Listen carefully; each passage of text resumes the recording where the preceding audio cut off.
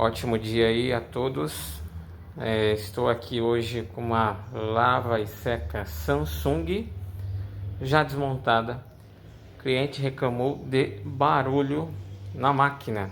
Se a sua máquina fizer barulho, não use. Aqui a cliente usou. Suporte do cesto ou tripé quebrado. O cesto trabalha torto e desgasta o tanque da máquina, que desgastou um pouco. O pior foi esse, ó, soltando pedaços.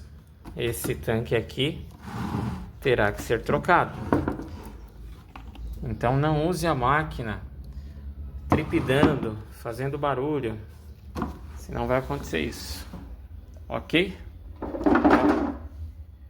Valeu!